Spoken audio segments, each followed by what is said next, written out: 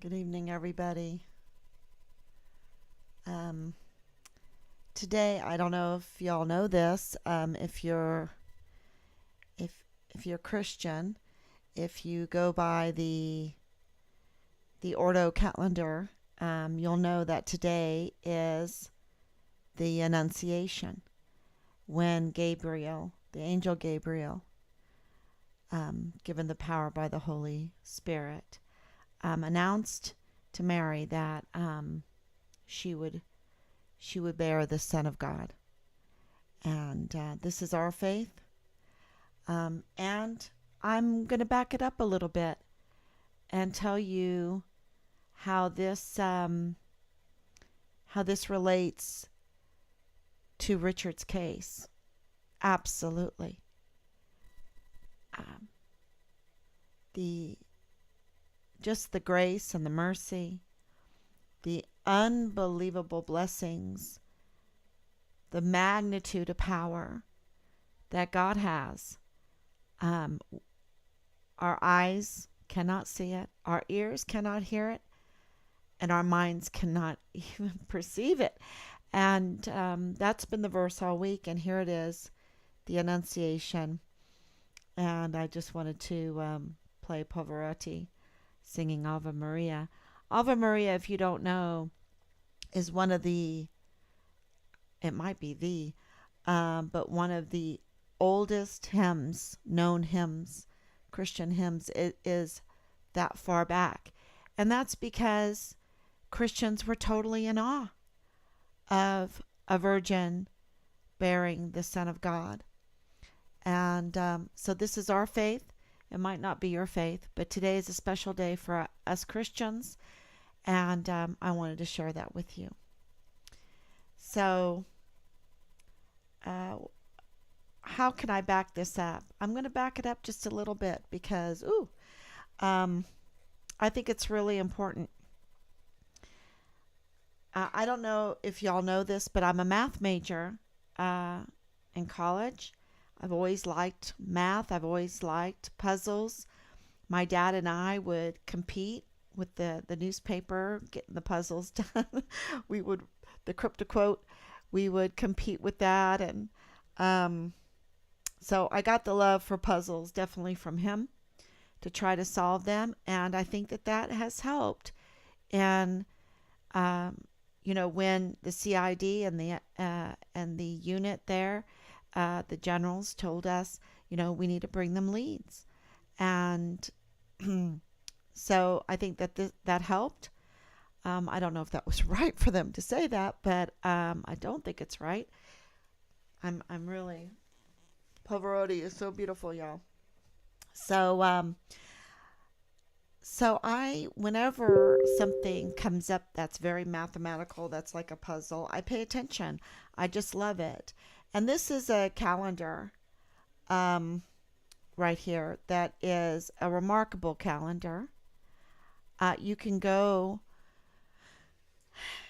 on to Find Richard Halliday Telegram and view it. You can download it.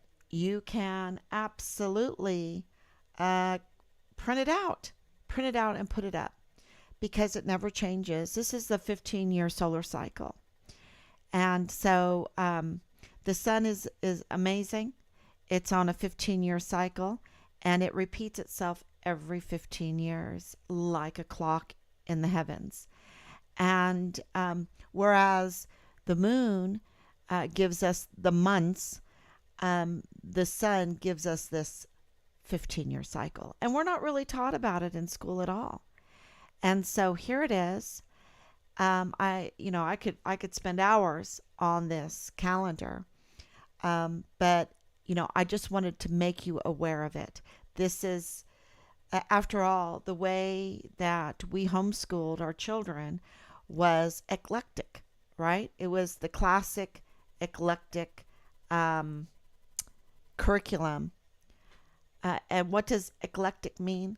It means that you briefly go over so many things in life, in the world, in history, and make your children make your students aware that they even exist. And then you repeat it. And you repeat, let's say you're talking about the Battle of Blenheim. And that was in Bavaria. That was the battle for the Spanish succession. And Germany fought Great Britain to be the ones that would choose in Spain. And Spain was really a very powerful country at the time. Um, they got a hand in choosing who would take over Spain, the Spanish Empire. And England won. England won. The Duke of Marlborough won. And there's a poem in McGuffey's Reader about this battle. And the Duke of Marlborough went home to England with this great victory. And they were able, Queen Anne at the time, was able to choose the secession for the Spanish Empire. And England was given Gibraltar. So if you want to know why England manages and owns, it controls Gibraltar, which is the entrance into the Mediterranean Sea from the Atlantic. It's a very, very important geographical area. And you saw Richard, because after studying this, after talking about this, we went to Gibraltar in Spain. And that's the picture of him with the monkey on his head. They're known for the monkeys and also robbed by the cannons. And so we were really fortunate to be able to homeschool like this. But England was given Gibraltar, and the Duke of Marlborough was given riches you wouldn't even believe. It made his family very, very wealthy, and a lot of land to go with it, and a palace they built on that land. The Duke of Marlborough built the palace and named it after Blenheim. But of course, in English, it would be the Palace of Blenheim. And matter of fact, I probably should have put that up there. I didn't realize I was going to talk about this tonight. But you can go to the Palace of Blenheim. It is amazing, amazing. And guess who was born there? Guess who succeeded in that family? And it was Winston Churchill. Winston Churchill was born with about 5 gold spoons in his mouth, y'all. Because he was a direct descendant of the Duke of Marlborough. So this is just things that you learn. Let's see if I can turn this a little bit. Things that you learn homeschooling and with the McGuffies and eclectic. So that's all we really did with that. We read the poem, and we just, in a few minutes, looked at the history of the Spanish succession, the Battle of Blenheim in Bavaria, Germany, what that entailed, and then what was the outcome? Winston Churchill with 5 gold spoons in his mouth. And of course, the leader for England in victory in World War II. So, so that is eclectic, just a brief summary. And then if you have more information, and I'll tell you another little story. I have to do it. I'm on a roll right now, and I think I need this. That I think is very, very fascinating, because I want to talk about President Trump.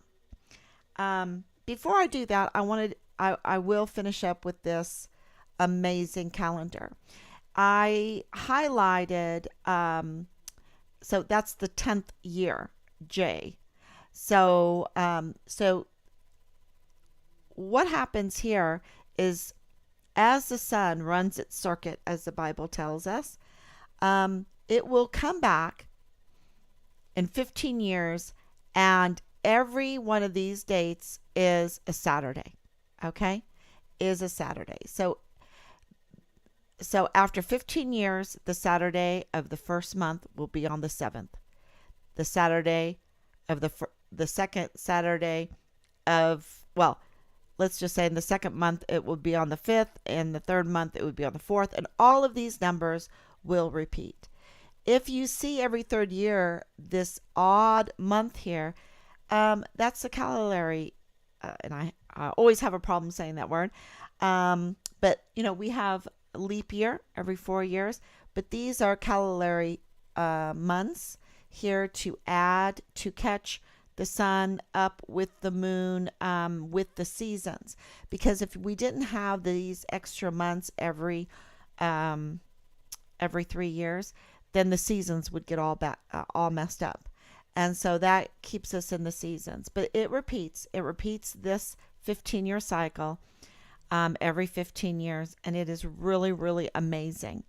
And so I, being Annunciation, it's absolutely 9 months now before Christmas.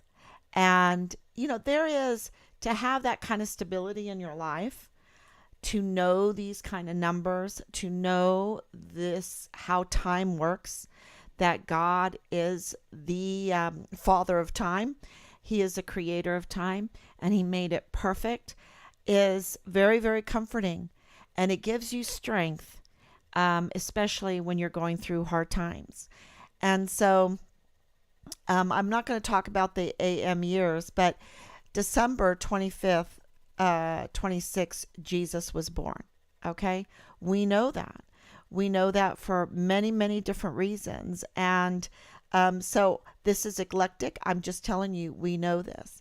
And 30 years later, so 2 solar cycles later, because every solar cycle is 15 years, Jesus returns. You have him being baptized right there, the 7th of February. We know it. Because you see, the 7-day week has never, ever been broken. We can count back in time every 7 days, because a 7-day week has never been broken. And isn't that comforting? I just think it's amazing. Absolutely amazing. And on February the 9th, which is a Saturday, because this is year J. So if I look at the calendar, year J, that Saturday is a 9th. Okay. So I know exactly that I'm in the right month. I'm in the right year. I'm in the right day. I'm in the right day. February 9th is a Saturday. And February 12th, the Bible says, and on the 3rd day, which is Tuesday, right? Jesus went to the wedding in Cana. And then we know on February 16th, because in our Anglican tradition, Christian tradition, we have certain readings that we do, just like today on the Annunciation. We have certain readings for every day, for morning prayer, for evening prayer, for Compline even. And, so we know what is being read. And with Jesus reading Isaiah 61, we knew exactly, because there's a history of what day, the February 16th, the 50th reading would be read. And that's why we know that he went into the temple. And so I'm not going to go into it further, but I will say this, that we know that the year 2023, the year that we're in right now, is the 10th year in the 15-year solar cycle. So that's year J. That's year J. And I hope that you're blessed with that when you're listening to what I'm about to talk about today, which is accountability.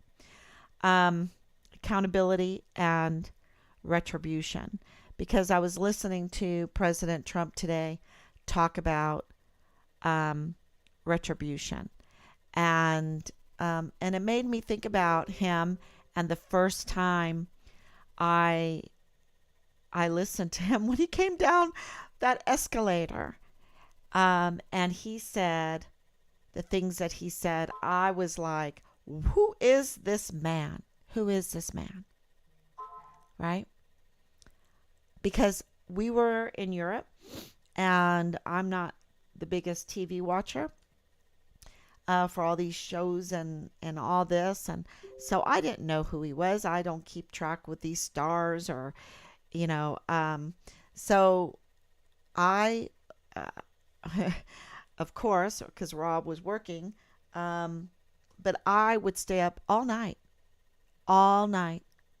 watching everything that had Trump in it speaking. His children, everything. I wanted to know this man because the election was coming. I felt like it was a very important election, like every election. And as you know, I'm not an anarchist. I'm not really a rebel. I want to participate in our system, but not in Vanity Fair. I want accountability. I want fairness. I want truth. I want things to be legitimate. I want things to be honest, with integrity, with respect. And so I wanted to hear what this man had to say. And one of the very first things that I did is I looked up his financials. And I found them today. I found them and I put them up here. And these are his 2015 financials. They could have changed by now. He's been so, going through so many changes. But this is what I looked at in 2015. And of course, shared it with Richard, shared it with everybody. And I thought it was absolutely amazing because he has his own magazine. He does his own mattresses and his menswear. And, look at all of this. It's just absolutely his own water, his beverages. And he is in so many different countries. He's in Egypt. He's in Dubai. He's in Chicago. He's in, you know, all over the United States and Baja. So he's in Asia. He was building. And of course, as many of you know, my son-in-law is South Korean. So we've been to South Korea many times. And Trump has, I think, five buildings, five high rises, five towers there in Seoul, South Korea. And I'm like, well, if he can build that, because we took an old cottage in Ireland and we built it, and it was hard work. Yeah, it was so hard work, and we had to do so much work ourselves because to get contractors and everything. In our situation, it was pretty hard, but we even used some Polish contractors. I mean, we did whatever we could to build that house, and it was hard work. So to build anything, to build this is absolutely amazing. And I was blown away, even in Panama. I mean, just go through it. It's amazing.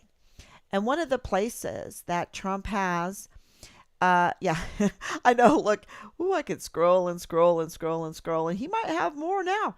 Um, but it was just look at that. It's just so amazing, and it's honest work. It really is honest work, and I'm sure that if you're working with people, you have to do deals. I'm sure he had to do a lot of deals, and I don't know if they were all honest, but after all of the scrutiny that he's been under. I mean, they've gone through his taxes. He's been through, at that time, he was through 10 years of IRS audits. They audited him, and I'm sure they audit him now. So I just was absolutely, even a vineyard, wow. So I was just really impressed with that. So now I picked this. I want to paint this. I want to paint this. It's so beautiful. It's so beautiful. I just love the colors. Um, if that doesn't make you cry when you look at it, just with beauty, just because of the beauty of it and how someone can paint that, how someone can get that gold overlay, how someone can put that on a canvas. They must have a magnificent heart. I just, Yeah. So here is our Book of Common Prayer, the 1928 Book of Common Prayer. That's the one that we use. The morning collect and lessons. There is an evening one too, but I just put it up there if anybody wanted to read that today on Annunciation, the Annunciation to Mary. So here's Trump, and I'm not going to really play him uh, speaking here, but I like what is said on the bottom. And I've been listening to him lately, and because he was in Waco, Texas, just a short hop, jump, and a skip from where I grew up in Temple, Texas. I grew up in Temple, Texas, and I went to Mary Hardin Baylor. That's where I attended. Well, I went to the Temple Junior College. I don't think that exists anymore. But I went to Temple Junior College for 2 years, and um, then I went away for a semester to Seguin, Texas, to the Lutheran college there, and then I came home and went to Mary Hardin Baylor, and that's where I graduated from. So this is a hop, skip, and a jump. He was there in Waco, Texas. Oh, they have such great kolaches there. Anyway, they have great kolaches. If you're ever in Waco, go and get some kolaches because they're so good. Um, so what he was saying here is we are laying out a bold, fast, forward-looking vision of what we will do when we take the oath of office as the 47th President of the United States. So what I like about that is that he's looking forward. He's forward thinking. He's forward looking. And, and he's making some plans. And now, are they all going to come true? Is everything going to work out? Uh, you know, Anytime we make any plans for the future, we have to be flexible because, things change, events happen. And, I thought that I would be really helping homeschoolers right now. But, of course, Richard went missing. And so we gave up that business to start to find him. But we have to be forward looking, right? And I like what he says, bold, fast, forward looking. So I was just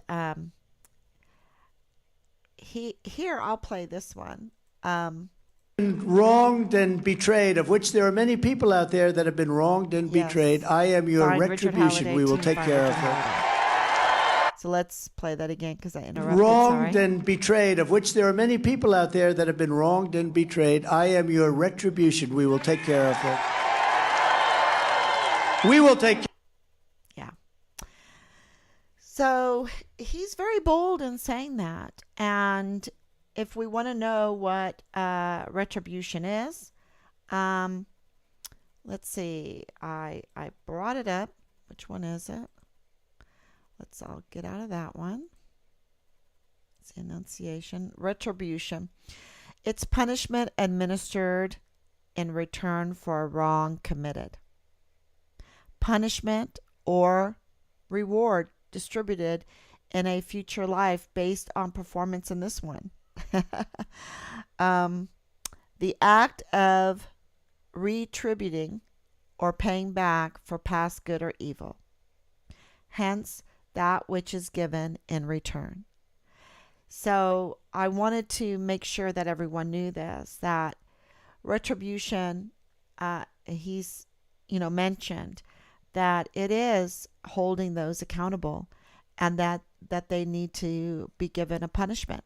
But it also is a reward. And I don't want to forget to tell people that we do have a $150,000 reward right now for anybody with information that will help us find Richard. And so I wanted to make that clear. And I told someone yesterday, I received a phone call yesterday from the notary public there in El Paso who confirmed to us that on the 22nd of July, 2020, he did notarize a document for Leilani Hart. And that is groundbreaking. Okay? That is groundbreaking because we absolutely know that by the CID file, and we have the number for it, and also the FBI file, and we have the number for that, which, both of those are leaked. But we have those file numbers that were submitted to the CID and FBI there in July of 2020. And Leilani Hart had them notarized, y'all. She had them notarized. And what is that telling us? That's telling us that she wanted it to be used as an affidavit. She wanted it to be used as truth. Okay? And I was told, even in my discussion with James Hart, that there was reports to the CID by his wife that alleged that he was involved with children in not a good way, y'all. In not a good way. And he told me that he had been cleared of that allegation. And now I find out that Leilani Hart had those allegations notarized. That's a big deal because the FBI never mentioned anything to us. And why would they? Why would they mention anything like that to us? Because Leilani Hart was getting leaked files from special agent in the CID right there on Fort Bliss, CID special agent Tavita Nusa. Where was Tavita Nusa on the day that Richard went missing? Right? Why hasn't he called? Why hasn't he sent a letter? Why hasn't he? These are serious charges, serious allegations. And I'm going to tell you, Leilani Hart, as far as this go, looks more reliable than Dallas Hart or James Hart. Because, well, even though I was told that she was causing a lot of trouble, okay, I was told she was causing a lot of trouble. Well, people have said that about me. I'm causing a lot of trouble. People have said that about Richard. Remember, Captain Park said that about Richard. He's causing me a lot of trouble because Richard would not stand for the child sex trafficking. He would not stand for child sex pornography to be distributed, to be made and marketed, and then also broadcasted. He would not stand for that. And so, we need to get to the bottom of what does it mean that Leilani Hart was causing trouble. Did she have enough? And was Tavita Nusa causing that trouble too with Leilani Hart? And, where is the CID and the FBI's response? Where is the retribution? Where is the accountability because even, let's say that Leilani Hart's notarized affidavit, okay, you can use that as an affidavit, allegation about her family being involved in not good things, y'all. Not good things. when it comes to children. And we're even hearing and that service members' children were involved in this. So, yeah, these are serious allegations. And let's see that the CID investigated. I don't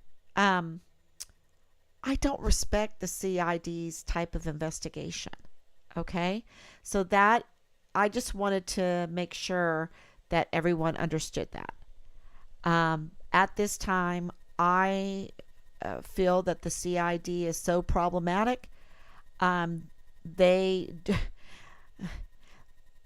are so many failures. Everything is a failure. Everyone that I've talked to, it's been a failure. And things that really, really matter, just like this soldier now at Fort Hood. But anyway, so I don't give them a lot of I guess weight. I don't give them a lot. I don't think that they do their job very well, because look at how they have handled Find Richard Halliday. Look at what they've done to us. They've put us in danger. They told us to go and get leads, to bring them leads. You know, we had to do the investigation. For the love of our son, we did it. And I think that's criminal. Matter of fact, I think it is criminal. I think they should be in big trouble. I think that the law enforcement agencies should absolutely give us some security right now, because of what we have uncovered. Because it has to do with absolutely the CID, this FBI report, with the notarized allegations. I mean, these are notarized. And we confirmed that yesterday. So it was, it's like bittersweet. It's a good day, but then that brings up the subject. If these reports were turned in the day before Richard went missing, okay, so the 22nd of July 2020, they were notarized. If they were turned in, then to the FBI and the CID, they knew about this, y'all. And they absolutely knew, because I was told, and you can, if you know more information, you can please call 941-677-0060 and let us know. But I'm walking on a very fine line here, because those files that were leaked, because it wasn't just Richard's file, had information in there that we were told, and now please, Leilani Hart, reach out to us, that information is what was used against, it's still your husband, James Hart, and others in your family in this CID and FBI report. That means there's a huge chance, and I'm not crazy, I'm not absurd, I'm not being absurd, to ask this question: when did Tavita Nusa lose his badge? Because we believe, and this is another very big reason why we believe it was before Richard went missing. So Richard was making the Child Protective Service complaints. He made an initial complaint, we are told, to his command, and they buried it. They didn't do anything about it. So he went over and above and outside the chain of command. That doesn't make the chain of command too happy, to make the Child Protective Service complaints. And he turned in videos, sex videos, for evidence. Now, that means he did all of that happened early on. We know that. I've even told you that I think it happened in 2019. Okay, because of what happened in January of 2020. So and what happened in February, and what happened in March, and what happened in April and May and June. We have our calendar totally full, and it is about the retribution that Richard got. But it was retaliation, and it was unjust. It was unjust because these leaders, they like to hold everybody else accountable, and they like to delve out the retribution freely and the retaliation freely. But they themselves do not like to be held accountable. There's a big cover-up. They have people that they know in select offices that can help them. Like Leilani Hart had a very, very close relationship with Tavita Nusa, CID special agent right there at Fort Bliss, willing to leak files to her, and Richard being one of them, and those files being used to create complaints to the CID, to the FBI, and then even have them notarized. Okay. To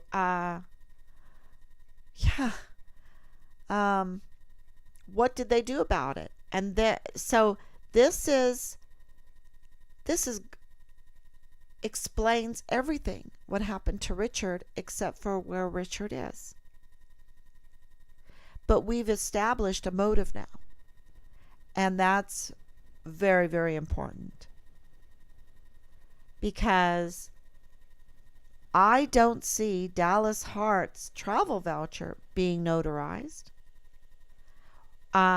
Even, where are the witnesses? Where are the witnesses? Where are the generals that can absolutely testify, like this notary public told me he's willing to absolutely tell what he knows about his notary, what happened that day. And I'm very grateful for that. So where is the generals? Where are the others that know officially that Dallas Hart has some kind of alibi? And does the alibi, is it really an alibi? If you are in charge of a gang, or in charge of have some power, have people there in El Paso, and he did, absolutely. He went to high school there. His parents are very established there. They are definitely connected to the Church of Jesus Christ of Latter-day Saints, the Mormons, very close group, very powerful group in that area. And so he had his football team. He had his other friends that he could ask them to take care of the problem. The problem being Richard Halliday.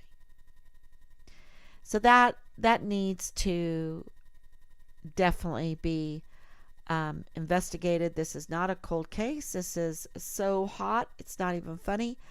And it's thank God for Pavarotti today, right? So, and the people that we really need are officials, like the Inspector General, Michael Horowitz. We need to know his face. We need to know who he is. what he does. Um, because he has, we need the FBI. I have all these things written down here, of names, and let's see if I've got them all straight. Because where have they been? I should know them by their first name right now. I should not even have to rely on my memory or have to look at a paper. They should be involved in this case, you see, and they're not. And Richard is a federal employee. More than that, he is a volunteer son of our republic. That he would give his life for his country. He would go fight in wars. He would go and obey orders. And he was the Distinguished Honor Graduate for basic training and AIT for his cycle. He was a guidon bearer. I should bring up those pictures. But I want to bring up the picture of this man, the Inspector General, who is supposed to be in charge of ethics, right? Ethics, morals, retribution, accountability. That's who needs to be involved. We submitted different information, so we'll see. I did a couple of those. We need to know who this man is, the Attorney General, Merrick Garland. He's so busy with a lot of very shallow things against Trump. And where is he when it comes to a missing soldier from a federal ran military installation that is right there in El Paso on the border with Mexico? And we have the FBI informant, who we believe is an FBI informant, father-in-law of Lieutenant Colonel Bugado of the G3 of the 32nd ADCOM, saying that he's with the FBI and that the FBI have been looking for Richard in Juarez, Mexico, and they found him. And what were they looking for? Richard's remains. Not for a live Richard, but for Richard's remains. And that they found him. It's not good news. He's dead. Shh, shh. And we have him on video. We have him on video doing that, and I need to play that too. I could be on here for hours and hours and hours every night with all of the leads that they already had. Do you understand? They already, the CID and the FBI and that command, at least that command, they already had all these leads that it has taken us 975 days to find out. Because they told us to do it. I don't think that they truly meant for us to do it. I don't know. And then let's see here. This one I wanted to put up. I found it. I wanted to show you last night. But this is the offices of the Western District of Texas. And I will definitely put up, let's see. There's so much. Okay. I'll put up who the Attorney USA is for the Western District of Texas after this. But who falls under Jaime Esparza? Okay, who falls under him? Jose Luis Gonzalez, Greg McDonald. We wrote him. We wrote all of them. So we haven't heard back. There's no acknowledgement. I don't know. I don't think they care about missing soldiers. I really don't. It is just shocking that we can't even get an acknowledgement back from Representative Veronica Escobar. You know, it's shocking. So there's, and this is the general crime section. So Jose Luis Gonzalez, Greg McDonald, Ian, or I hope I'm saying it right, Ian Martinez Hanna. Then in the narcotics section, it's Steven Spitzer, Michael Williams, and then, of course, so we wrote all of them, chief of drugs, because this, if this is about child sex trafficking, if this is about human trafficking, which it is, it's all about child sex trafficking and child sex abuse and child pornography. Okay, the making of it, the marketing of it, the distribution of it. Where they can very easily just drop it down from the cloud onto anybody's phone. And so if this is about this, it's also about drugs. I'm just going to tell you. Because if it's about the border, it's about drugs. If you're going to risk trafficking children, it's not a step further to also traffic drugs.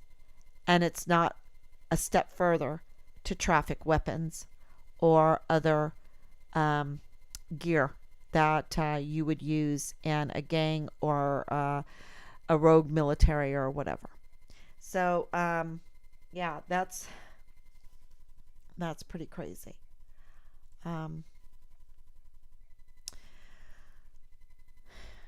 I wonder if you saw that. I might have done that wrong. But this is who they are here. And we wrote that, and it's very important.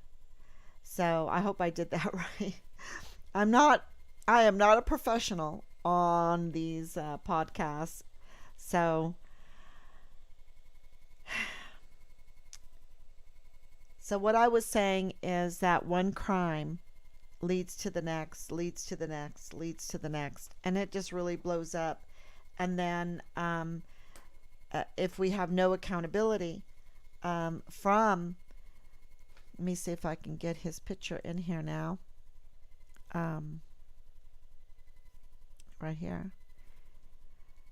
Jaime Esparza. And this is important too because he was there in El Paso at a state level taking care of subpoenas and warrants for Richard's case. And then Senator Senator Ted Cruz approved him for becoming the federal attorney for the Western District of Texas for the United States. And, did he discuss Richard's case? Did he discuss that? So let's go to what I wrote.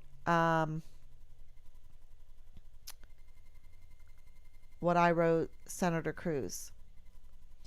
So, as a lot of you know, a few days ago, we sent out a letter to many people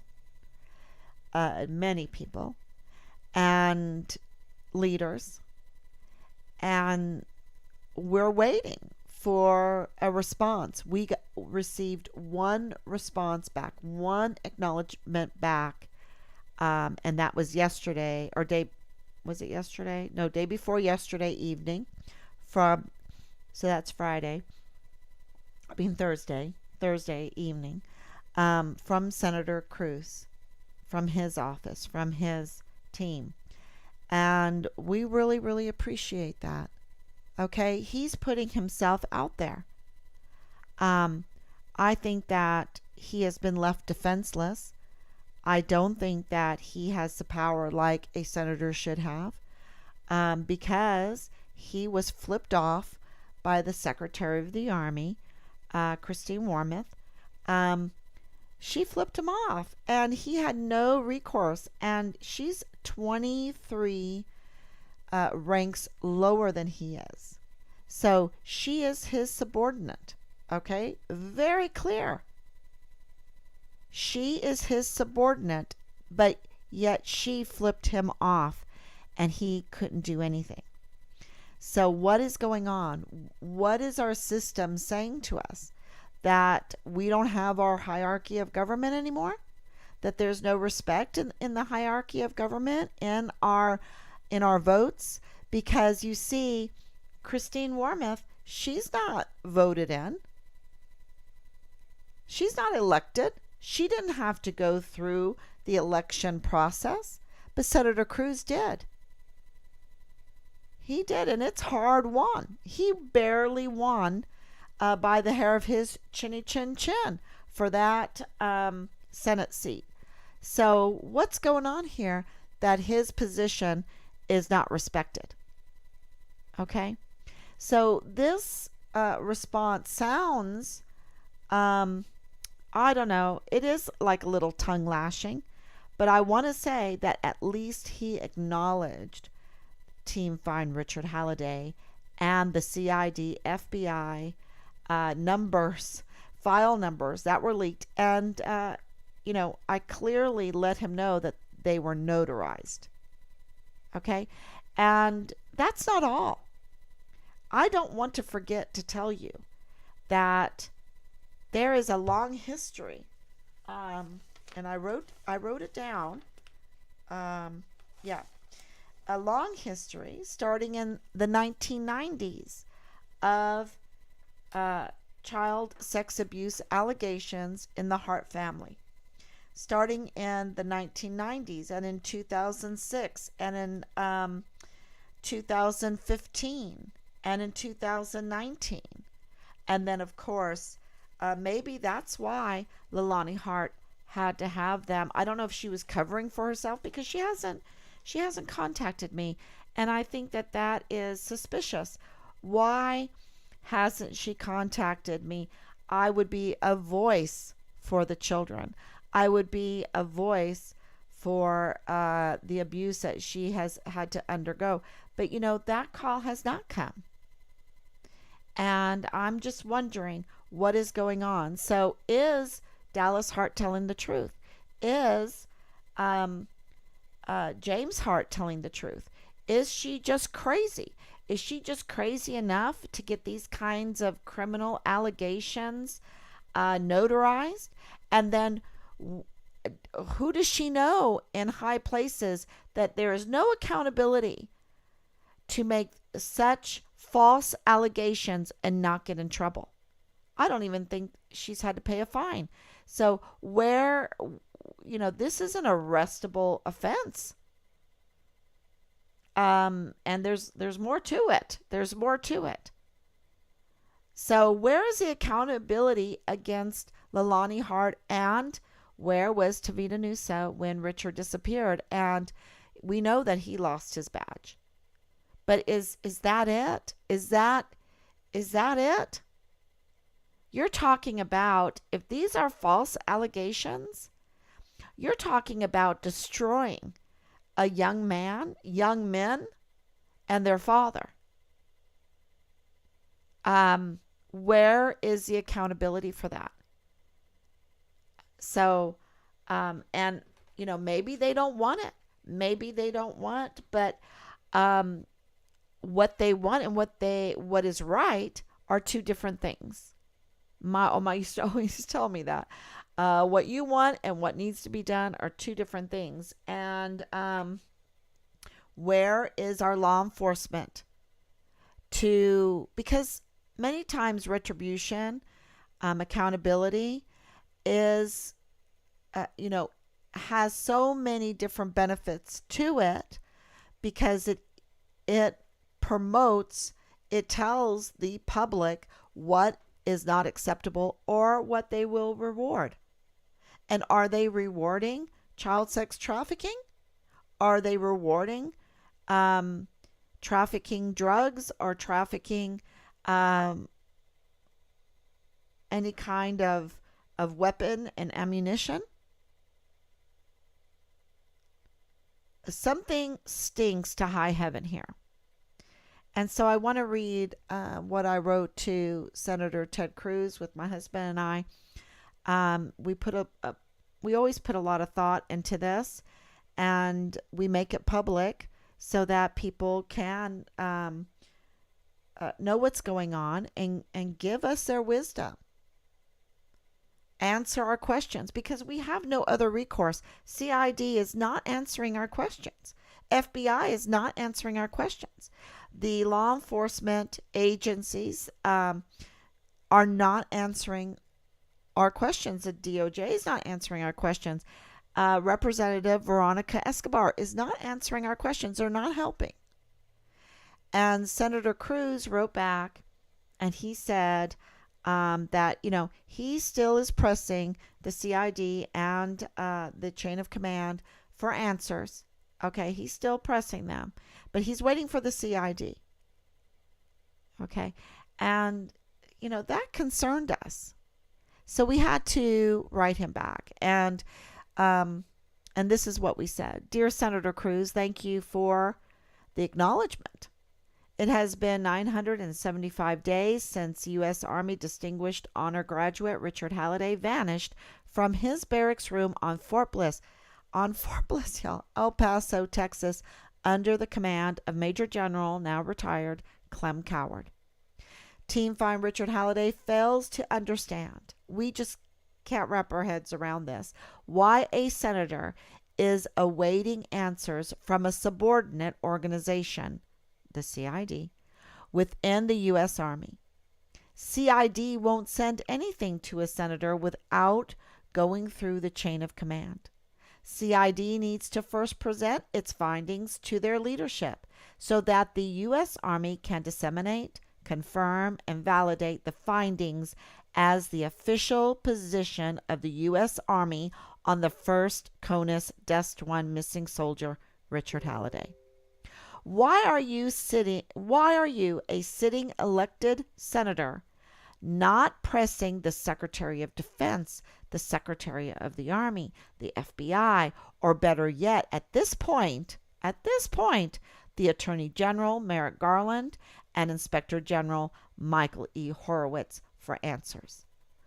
Fort Bliss leadership and CID are fraught with failures, are very secretive, and are problematic. Team Find Richard Halliday has asked and told numerous times, to bring them the leads to find Richard. Getting leads is not our job, but for the love of our son, we want to find him. We discovered that the CID had all the leads from the beginning, even with the many years of history of allegations, complaints, and reports in the James and Leilani Hart family. The July 22nd, 2020 complaint with serious allegations to the CID and FBI, whose file numbers were leaked, was also notarized. This happened a day before Richard went missing. The CID and FBI knew. They knew. When you approved Jaime Esparza as United States Attorney, who worked on this case, y'all, he worked on this case, for the Western District of Texas, did you discuss Richard Halliday's case? Because you see, did he also know? And I should have put that in there. My husband probably. Did he also know about everything with Richard? It seems like our law enforcement know everything. And that's why it's shh, shh. Remember the father-in-law of Lieutenant Colonel Bugado in the G3 of the 32nd ADCOM, who says he's with the FBI, says, and we think he's an FBI informant, says the FBI found Richard's remains in Juarez, Mexico. Shh. He's dead. Shh. Who, they found him. Shh. He's dead. Shh. Why is it a secret? Why are the leaks of files, including Richard's, a secret because they did not tell us. They did not tell us, the CID, the FBI, Lieutenant General Sean Bernabe did not tell us that Richard made Child Protective Service complaints, that the IG were all over the barracks because of Halliday, that he turned in sex videos. They did not tell us. They did not tell us that Tavita Nusa leaked Richard's file to Leilani Hart. They did not tell us that. They did not tell us that there are continuous complaints back to the 1990s of this family that the files were leaked to. Leilani Hart, James Hart, Dallas Hart, and more. They did not tell us that there are child sex video complaints and just a host of things. A host of very vile, vulgar crimes. They did not tell us this. We had to find it all out. We had to find out and talk to the notary that these file numbers that were given to us of these complaints in July 2020. That's why we know that the 22nd of July 2020 is when those complaints were made, because they were notarized. We've confirmed that. We have a witness. Where are the phone calls? Where are the letters? Where is the investigation? We need this investigation is done. Is done. It's cooked. It's so fraudulent. It's a soup sandwich. It's a mess. It has become criminal in itself. We need a new investigation. And I hope that Merrick Garland gets his act together, puts his head on straight. I hope that Representative Veronica Escobar gets her act together, puts her head on straight. I hope that Michael Horowitz gets his head together, get it on straight, and find this missing soldier. Because I think it would only take them less than a day to do it.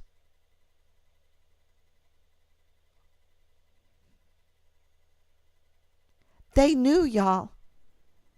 All of those hours that we spent talking to them, meeting with them, searching and searching and searching and rallying and rallying and rallying and searching and raising monies to do that. They knew. They knew all of this. And they have put us deliberately in the limelight, deliberately in harm's way. We've had death threats. We've had months of being bullied, harassed, the most vicious, vile, vulgar, and we've turned that in. We turned those numbers. We turned those threats in. And we've heard cries. Where is our security? Because there was no security on Fort Bliss. No security in our country. No security for Richard in his barracks. No security for his family that were put in harm's way. Him in harm's way. They put my son, our son, because you understand, when you become a soldier, when you become a service member, you are the son and daughter of the United States of America. The United States of America has invested interest in you.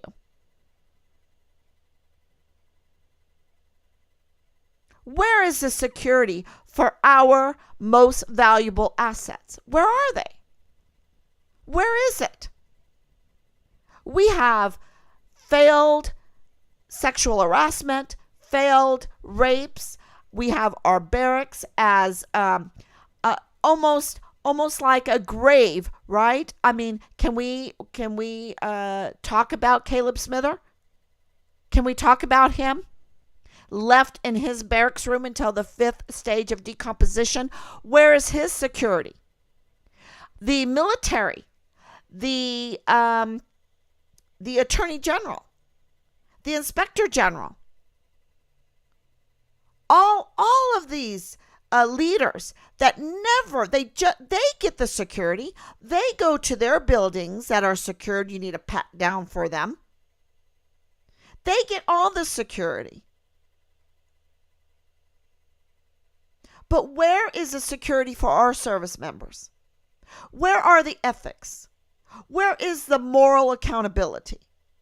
Where is the criminal accountability? Because Richard went missing. All this happened. This mess. Where was Major General Clem Coward in all of this? Where was he? Where is he now? Where has he been in 975 days?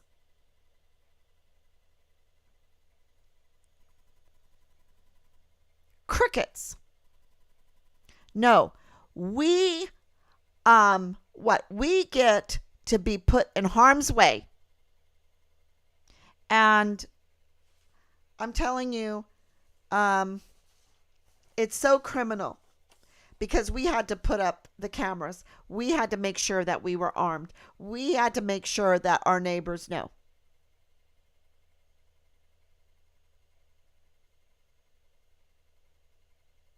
And you know what? Not one of them complained.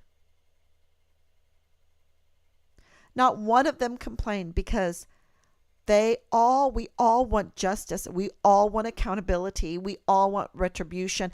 And that's why President Trump is just, he has his finger on the pulse. He understands. And I'm not saying I don't have disagreements. He is an individual. I'm an individual. He might have disagreements with me. But he has his finger on the pulse. And he says, I'm your retribution. I am going to get this done. Because we all know that the leadership today, this elite political class, they all call for accountability for everybody else but for themselves. For them, they're allowed security, but they want to put everyone else in harm's way, like Senator Graham. We need to put them in Iran, put them in Iraq, put them in Afghanistan, put them in Syria, put them everywhere. Let them get shot up, whatever. We don't need to give them any security. We don't need to even get them out of Afghanistan properly. We don't even need to fight for their lives at the end with our sniper. We can just let them be killed. Same thing with Libya. Same thing. So I have a memory. Because I was on my knees praying. Because the likes of Senator Graham, the likes of our elite political class that likes to put everybody else in harm's way, but they get the security. That makes a mess out of beautiful installations like Fort Bliss, like Fort Hood. Right now, there's not one nice word about Fort Hood. There's not one nice word about Fort Bragg. Why? Because they have made them places of crime. They have turned them into Vanity Fair. The island, what was it in Pinocchio? The island of the donkeys, right? Just mischief. And where there is that kind of crime, that kind of mischief, you have a lot of dead sons and daughters. Not only dead physically, but dead mentally. We have a huge mental illness problem because of the failure of our leadership, which includes, because I've been told I shouldn't say this, but our 44 four-star generals who could easily click heels together. I've seen it in action. They could easily click heels together and clean up these installations and secure them and bring back esprit de corps and bring back the Medal of Honor ethos. But they're too busy servicing foreign and domestic enemies instead of defending our Constitution, the land, and the people. Because we have it all here in this Find Richard Halliday case.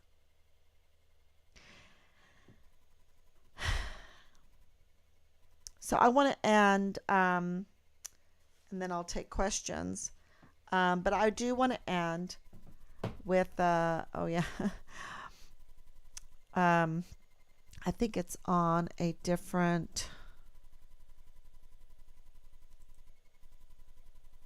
let's see if I find it first.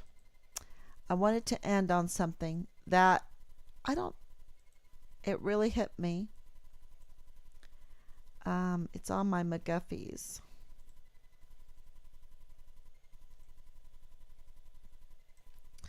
Because education, this whole attack on Twitter is, I just think,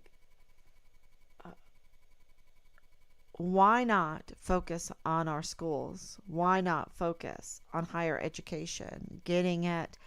I just think it needs to all fall apart, and people need to decide where they need to send their children, how they need to educate their children. Because right now, we don't have the most marvelous, the potentiality that could be there. And education that's me. That's my calling in life, is education. So I wanted to talk about something that really hit me in 2019. 2020 election, the 2020 election. During that whole time, it's like a little foggy to me. But I wanted to say that they were taking down, and this is how my dad, the start of my dad getting sick, because my parents lived in Portsmouth, Virginia, which is very, very historical. And they wanted to take down a statue. And so the men there said, no, this is our history. And I don't know if you remember, but when they took down the statue, the head fell on somebody's head and killed that person. Okay? Because these statues are big and they're heavy. And a person was killed because of their nonsense. And really bad education. And one of the points that I had to make sure I told everybody at the time was about Robert E. Lee. Robert E. Lee statues were being taken down. They're still, they're under attack all over. His image is attacked all over. Wrongfully. He went to school in New York. They offered him a job up there. But he was a Virginian. And he was true to his home, Virginia. If you read his writings, you will understand that. And it goes back to this defector. This defector that everybody's mad because John McIntyre went to Ukraine, spent a year there with the Ukrainian army, and then defected to Russia. And he was trained at Fort Bliss. And here he is, a traitor to the country. People are calling. And, I totally agree with that. He needs to stay home and fight for home, like Robert E. Lee did. I'm not saying things are all good and the way he likes it. This McIntyre defector. But stay home and fight for his country. And that's what Robert E. Lee did. So he fought for Virginia because at that time, states' rights, very, very important, because you could even argue that the war was about states' rights, and Virginia was his country. It was these United States. And he really, he made a good statement. I wonder if I even have it here. I think I do. Yeah. So here he says, this is a great quote from Robert E. Lee. The consul, sorry, I can't read this really good. The consolidation of the states into one vast empire, sure to be aggressive abroad and despotic at home, will be the certain precursor of ruin which has overwhelmed all that preceded it.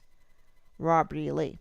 So, yeah, you can read that better, but he is saying there, if the United States of America is destroyed by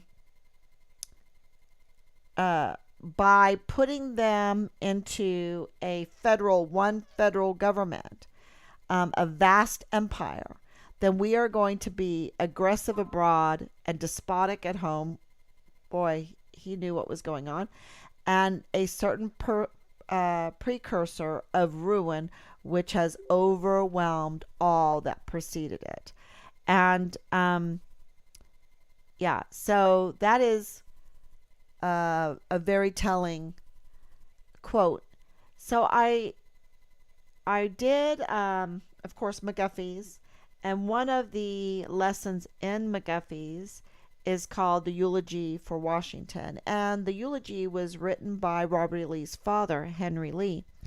And it was very interesting. So we did like a little study on who Robert E. Lee was and is, his legacy, his father, who great legacy also, and what you find is that Robert E. Lee is the bluest blood ever in the history of the United States.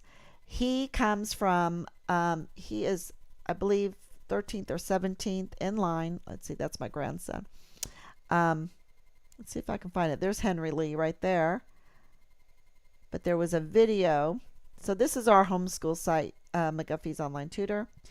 And you can go there. I'll just briefly cover it because it's really important. This is a quote that Robert E. Lee of Virginia was 17th in direct descent from Robert Bruce of Scotland. So Robert the Bruce, the Spider-Man. I don't know if you know that, but he's the original Spider-Man. Be a spider. Never give up. Never give up. Be like a spider. And in his clothing, in his kilt, inside the kilt is always a spider, a embroidered spider. I don't know if you know that, but he was really Robert the Bruce. Amazing story there. Amazing history. Is the first Spider-Man. But Robert the Bruce of Scotland, and moreover, not only is Robert E. Lee the direct descendant of Robert the Bruce, and I'm going to connect this, but the 5 heroes who particularly distinguished themselves on that glorious field in Bannockburn, driving back the invaders of their beloved country, Lee, through the same channel, was the direct descendant of 4, namely King Robert, Thomas Randolph, Earl of Moray, Walter the High Steward, and Sir Robert de Keith, the great Marshal of Scotland. So read about this. This is just a little tip about this. And why am I saying this? Because one of the properties that President Trump owns is called Turnberry, and it's in Scotland. And Turnberry is believed to be the place where Robert the Bruce was born. And Robert the Bruce is a great defender of freedom, as was, and I don't care what anyone says, you know me, I don't rub shoulders just to get away with it. I read the material and then I tell you the truth. Robert E. Lee, great defender of freedom for these United States and for slaves, because he was very close to George Washington. And if you read George Washington put together Washington, D.C. to end slavery. And George Washington is the only one that freed his slaves, so that, and was preparing a city where they could go and live and work and raise a family. That was Washington, D.C. He wanted it to be an industrial city. He did not want it to be like a Versailles, a memorial city. And, if you read, that's just another little tidbit. But so we don't have the schools that are teaching this awesome history that would bring back esprit de corps in our populace. And also in our military, because these are great generals, awesome generals. George Washington and Robert E. Lee were awesome generals, and of course Henry Lee too. So we need to think about where our future is, our bold, fast vision for the future, what we want it to be. And we need retribution, and we need accountability. And I just want you to think about this one little thing, that Turnberry is the birthplace of Robert the Bruce. And I think that people in the elite political class that know this history, that we don't know, the normal person does not know this. I did not know this, but I did McGuffey's, and here we are. I did not learn it in public school or in my university years, but the elite class do know it. And I think the destruction of Robert E. Lee's statues was a symbol, was a loud message to us as the people of the United States, but of course to those that were working to reelect Trump and to Trump himself. That's my interpretation at the time. And I was like, oh my gosh, they're taking down Robert E. Lee to send a message to Trump. And because there was no other reason to do it, these statues. And Robert E. Lee's was really the prime one to do. So think about that. Think about that there are other things going on besides what we know. Because our eyes cannot see, our ears cannot hear, our minds cannot perceive the absolute wonders and glories and grace that God has in store for those who love him. And that's keeping me going right now. Because we have everything except for the Department of Justice, except for accountability, except for retribution. I was going to say restitution, which is a whole nother discussion, but retribution.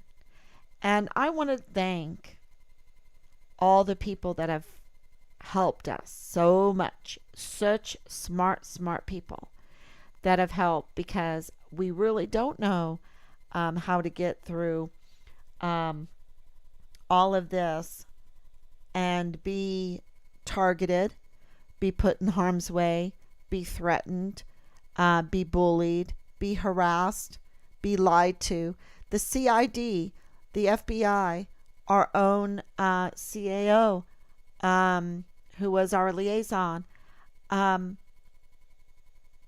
would say Lieutenant General Bernabe, Lieutenant General Donna Martin, General McConville.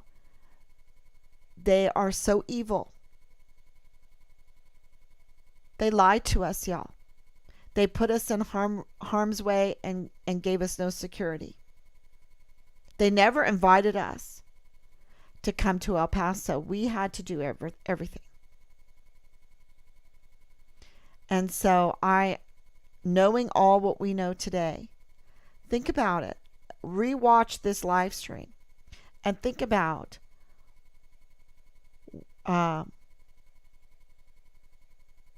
accountability, retribution.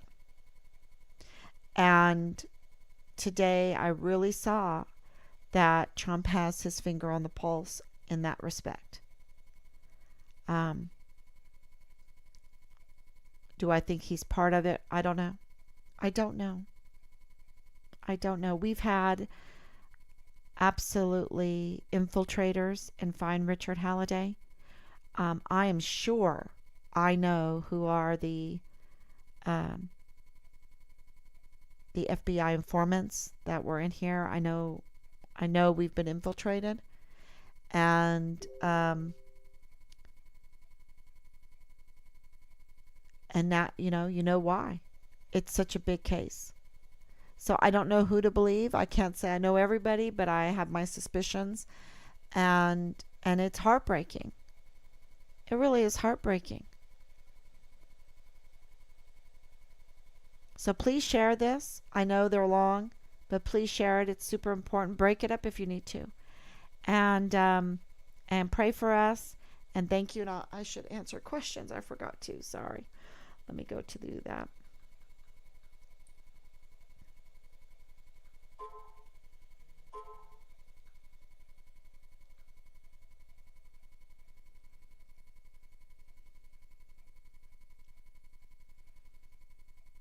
Okay.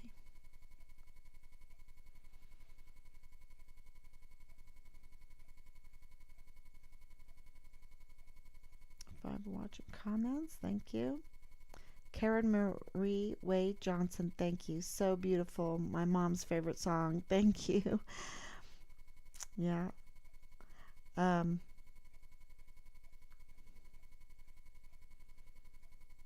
Thank you, Danielle. Thank you so much. Okay, everybody. Praying for you, Mrs. Halliday. Praying for justice and answers. Thank you, Anicia. Thank you so much. All right, well, everyone, we have an hour left of the Annunciation. Realize that, yeah, we had a good day, and we're going to move forward. And I'll be back tomorrow, God willing, and thank you so much. The bell tolls 11 o'clock. Okay, thank you. Good night.